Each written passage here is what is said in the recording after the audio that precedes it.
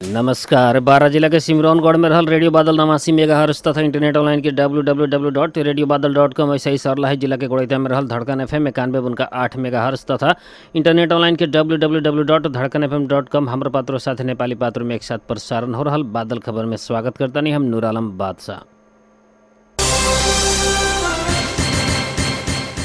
जिला प्रहरी कार्यालय 12 करीब 70 लाख मूल्य बराबर के भंसार चोरा के लियावल सामान सहित के ट्रक नियंत्रण में ले बाटे। 12 के जीतपुर सिमरा उप महानगर पालिका 21 अमलेशगंज से ना 3 ख 5672 नंबर के ट्रक नियंत्रण में लिहल 12 प्रहरी के सूचना अधिकारी दधिराम नेवपाने बतले बानी। वीरगंज से काठमांडू की तरफ जा रहल उक्त ट्रक में हार्डवेयर और ऑटो पार्ट्स के सामान सब रहल नेवपाने बतले बानी। उक्त ट्रक से बोकल सामान के बिल बिजक से ज़्यादा के सामान के स्रोत खुलाए भी ना सकला से प्रहरी के कहनाम रहल बाटे। ट्रक में 59 रुपया बराबर के सामान ट्रक में 59 लाख रुपया बराबर के सामान रहल मिलल बाटे।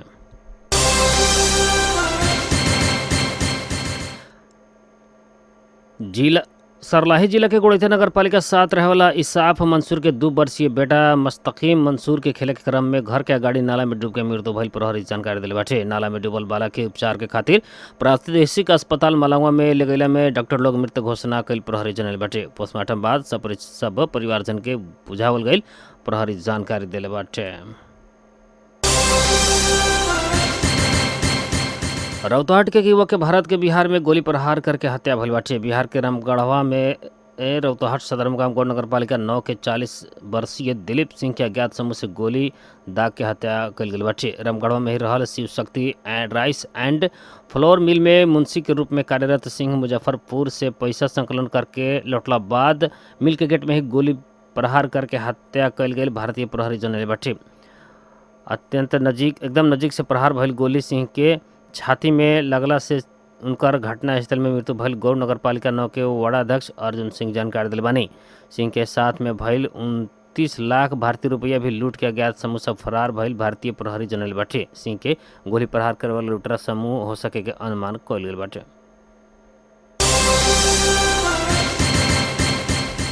नेपाल सरकार गाजा क्षेत्र में सर्वसाधारण ऊपर हो रहल हमला में गंभीर ध्यानाकर्षण भइल जनले बाटे।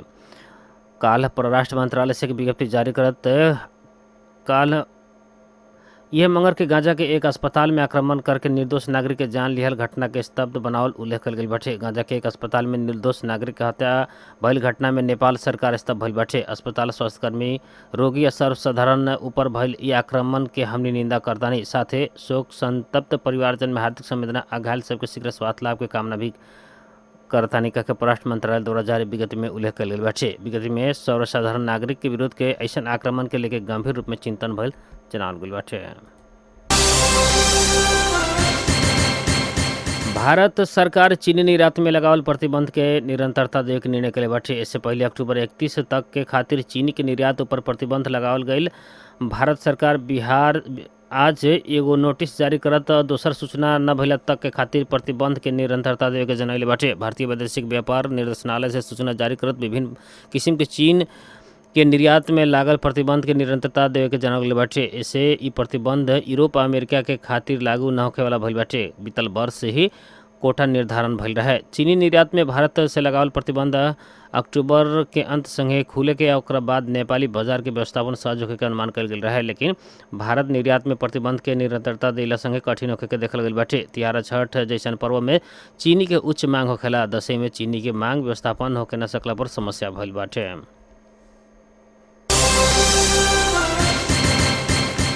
नेपाल विद्युत प्राधिकरण वीरगंज वितरण केंद्र में कर्मचारी सब बीच मारपीट भइल बाटे। वितरण केंद्र के हेल्पर प्रेमदास तत्वा स्टोर इंचार्ज रामचंद्र दास बीच थप्पड़ हान भइल रहे। हेल्पर तत्वा निजी गाड़ी में कार्यालय के भरियांग लेके जाके खोजला पर उनकरा के गेट में रोकल गल रहे। निजी काम के खातिर सरकारी भरियांग लेके जा रहल से रोके खोजला पर विवाद भइल कर्मचारी सब बतल बाटे। स्टोर इंचार्ज दास के हेल्पर तत्वा चप्पल समेत प्रहार कईल कर्मचारी लोग के कहनाम रहल बाटे। वितरण केंद्र के परिसर में उत्पन्न भइल विवाद साम्य करे खातिर केंद्र प्रमुख अवधेश कुमार दुबे के कार्यकक्ष में दोनों पक्ष के बोला के छलफल हो रहल बेरिया सहायक इंजीनियर चंद्रिका सिंगले तत्वा के कालर समात पकड़ के घेट ऐठल समेत भइल प्रत्यक्षदर्शी लोग बतैले बाटे। कर्मचारी सबके बीच के मारपीट विवाद आ कार्यालय प्रमुख के कार्यकक्ष में ही फिर मारपीट होके लगला बाद करीब 1 घंटा कार्यालय के काम प्रभावित भइल रहे। केंद्र प्रमुख दुबे सामान्य विवाद में दोनों बीच झगड़ा भइल स्वीकरनी, साथे वहाँ के दोनों पक्ष के बोला के छलफल के माध्यम से मिलापत्र समेत करावल जा चुकल जानकारी करनी।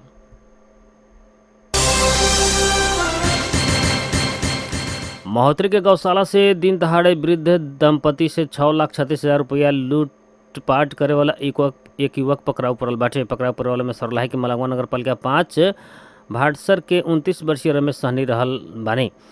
बीतल आसीन 7 गते दोपहर गौशाला के NIC एशिया बैंक से गौशाला नगर पालिका 11 भरतपुर टोल रहे वाला शंभू महतो और उनकर पत्नी सूर्यकला देवी बेटी से भेजल 6,36,000 रकम निकाल के घर के तरफ जात बेरिया लूटल गई रहे।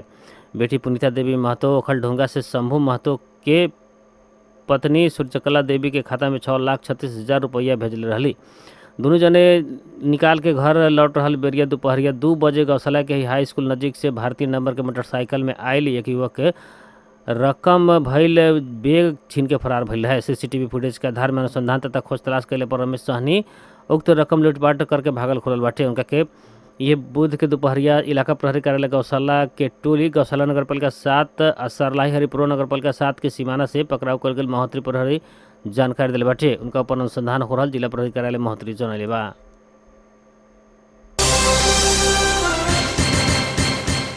नवरात्र के 5वां दिन आज दशई घर तथा पूजा कोठा में नव दुर्गा मध्य के 5वां स्कंद माता के विधि पूर्वक पूजा आराधना कल जा रहा बाटे। प्रत्येक वर्ष आश्विन शुक्ल पश्चिमी अर्थात दुर्गा पक्ष के 5वां दिन स्कंद माता के विधि पूर्वक पूजा आराधना करके परंपरा रहल बाटे। नवरात्र के 9वां दिन घट स्थापना कल गेल स्थल में दुर्गा सप्तशी, चंडी, श्री मदेवी, भागवत लगायत देवी स्तोत्र पाठ समेत कल जाला। नवरात्र के अवसर में देवी की आराधना करके पूजा कैला में शक्ति, ऐश्वर्य, अविद्या प्राप्त होकर के धार्मिक विश्वास रहल बाटे।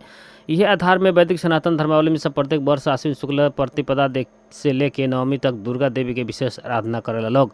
9 दिन तक पूजा आराधना कैल प्रसाद विजयदशमी के कोक यात्रा पूर्णिमा के दिन लगावल जाला। ऐसे 15 दिन तक नेपाली सब बड़ा दशई पर्व भी मनावेला। दुर्गा पक्ष समेत कहल जावला दशई के पहिलका दिन शैलपुत्री, दूसरका दिन ब्रह्मचारिणी, तीसरका दिन चंद्रघंटा, चौथा दिन कुसमांडा, 5वां दिन स्कंद माता, 6वां दिन कात्यायनी, 7वां दिन कालरात्रि, 8वां दिन महागौरी और 9वां दिन सिद्धिदात्री के पूजा आराधना करे जाला। ये 9 गो दुर्गा के रूप के नव दुर्गा कहल जाला।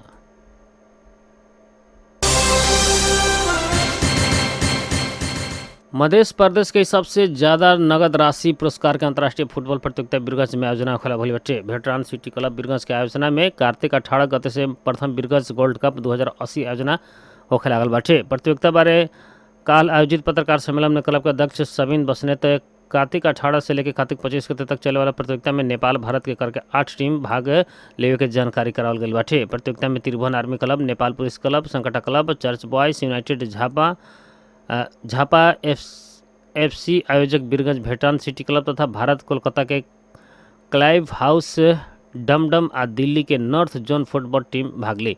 प्रतियोगिता के उपाधि विजेता नगद 11,11,111 रुपया और उपजेता नगद 5,55,555 रुपया प्राप्त करी। बीरगंज में विगत 5 वर्ष बाद अंतर्राष्ट्रीय स्तर के फुटबॉल प्रतियोगिता आयोजना करे लागल। पत्रकार सम्मेलन में आयोजक क्लब के महासचिव पंकज श्रेष्ठ बतानी बीरगंज के आदर्श नगर रंगशाला में होल प्रतियोगिता में दर्शक के खातिर प्रवेश शुल्क 100 रुपया रखल गई। क्लब के वरिष्ठ उपाध्यक्ष रोशन श्रेष्ठ बतानी सेमीफाइनल से लेके खेल में प्रवेश शुल्क 200 रुपया रखल गई जानकारी वहाँ के करले बानी।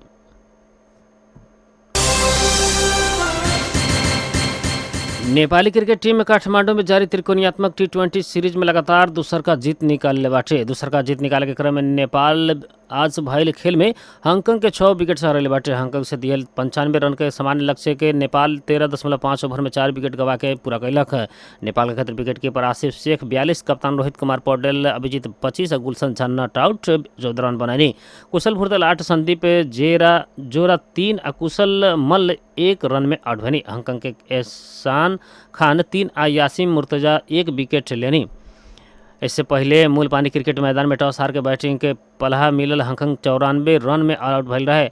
ओकरा खातिर यासीम मुर्तुजा 26 बॉल में 1 छक्का आ 2 चौका सहित सर्वाधिक 36 रन बननी। ऐसे ही जिसान अली 17 रन में आउट भनी। हांगकांग के सस्ता में रोके के क्रम में तीव्र गति के बॉलर करण केसी शानदार बॉलिंग करनी। वहाँ के 4 ओवर में 15 रन देके महत्वपूर्ण 4 विकेट लेनी।